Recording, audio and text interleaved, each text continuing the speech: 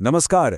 आज हम इंट्रोवर्ट यानी अंतर्मुखी होने के स्वभाव को एक बिल्कुल नए नजरिए से देखने वाले हैं। मार्टी ओल्सन लेनी की जबरदस्त किताब द इंट्रोवर्ट एडवांटेज की मदद से हम ये समझेंगे कि जिसे समाज अक्सर एक कमी की तरह देखता है, वो असल में एक छिपी हुई ताकत कैसे हो सकती है। ज्यादातर जो लोग शांत रहते हैं ना, उन्हें अक्सर ऐसे लेबल मिल जाते हैं। अगर ये बातें कुछ जानी पहचानी सी लग रही हैं, तो आज की ये चर्चा बहुत काम की होने वाली है, क्योंकि हम जानेंगे कि इन शब्दों के पीछे की असली कहानी क्या है। तो ठीक है, चलिए इन लेबलों के पीछे की सच्चाई पता करते हैं। आपको जानकर शायद हैरानी होगी कि अंतर्मुखी लोगों को लेकर हमारी ज्यादातर धारणाएं असल में एक बहुत बड़ी गलत फहमी पर टिकी हुई हैं। अरे, ये कुछ आम बातें हैं जो अक्सर सुनने को मिलती हैं कि इंट्रोवर्ट्स शर्मीले होते हैं, लोगों से घुलते मिलते नहीं, या भाई वो तो पार्टी का मजा ही किरकिरा कर देते हैं। जानते हैं ऐसा क्यों होता है? क्योंकि हमारा समाज अक्सर बाहर की तरफ खुले यानी एक्सट्रोवर्ट स्वभाव को ही नॉर्मल मानता है। लेकिन क्या यही पूरी सच्चाई है? नहीं। चलिए आज इन्हीं मिथकों की परतें हटाते हैं। तो सबसे जरूरी बात जो समझने वाली है वो ये है कि इंट्रोवर्ट और एक्सट्रोवर्ट होने का असली फर्क सामाजिक होने या ना होने में नहीं है। नहीं नहीं, बिल्कुल नहीं। सारा का सारा खेल एनर्जी का है, यानी हम अपनी ऊर्जा कहां से हासिल करते हैं। ये एक बहुत बड़ा आहा मोमेंट है सच में। देखिए, इंट्रोवर्ट्स अपनी एनर्जी अपने अंदर की दुनिया से लेते हैं, मतलब अपने विचारों, अपनी सोच से।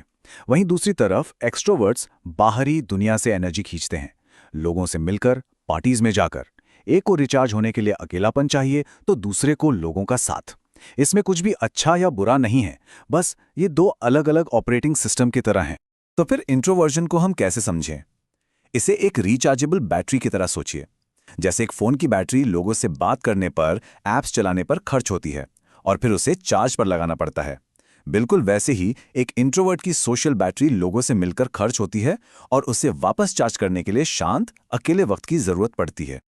चलिए अब आते हैं सबसे मजेदार हिस्से पर, वो हिस्सा जहां हम इन मिथकों को तोड़ेंगे और देखेंगे कि इंट्रोवर्ट्स की असली ताकत क्या है। और कमाल की बात यह है कि जिससे दुनिया अक्सर कमजोरी समझती है ना, वही असल में उनकी सबसे बड़ी शक्ति हो सकती है। मार्टी ओल्सन लेनी की ये बात देखिए कितनी गहरी है। लोग इंट्रोवर्ट्स को अक्सर मतलबी या सिर्फ अपने बारे में सोचने वाला समझ लेते हैं, जबकि सच तो ये है कि उनके अंदर गहराई से सोचने यानी आत्मचिंतन की एक गजब की क्षमता होती है।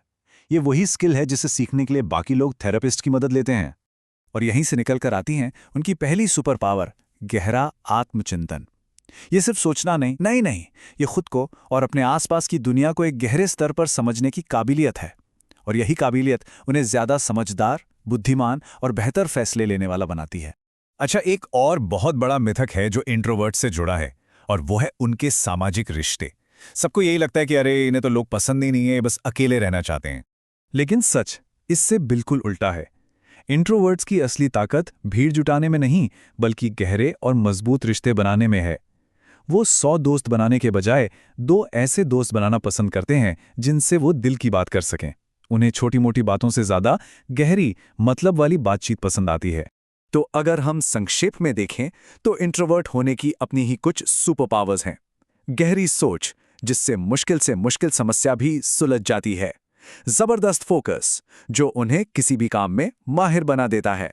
क्रिएटिविटी, क्योंकि वो अपने मन की दुनिया में नए नए आइडियाज खोजते रहते हैं। और वफादारी, जो उन्हें बेहतरीन दोस्त और पार्टनर बनाती है। सोचिए जरा, आज की भागदौड़ वाली दुनिया में ये गुण कितने कीमती हैं।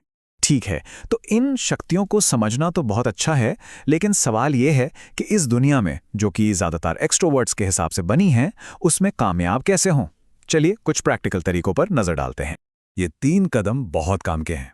पहला, अपनी हदें तय करें, मतलब ना कहना सीखें। जरूरी नहीं कि हर पार्टी में आखिर तक रुका जाए, अपनी एनर्जी बचाइए। दूसरा, अपने लिए एक रिचार्जिंग स्टेशन बनाइए। यह आपका कमरा हो सकता है, कोई शांत पार्क या कोई पसंदीदा कोना।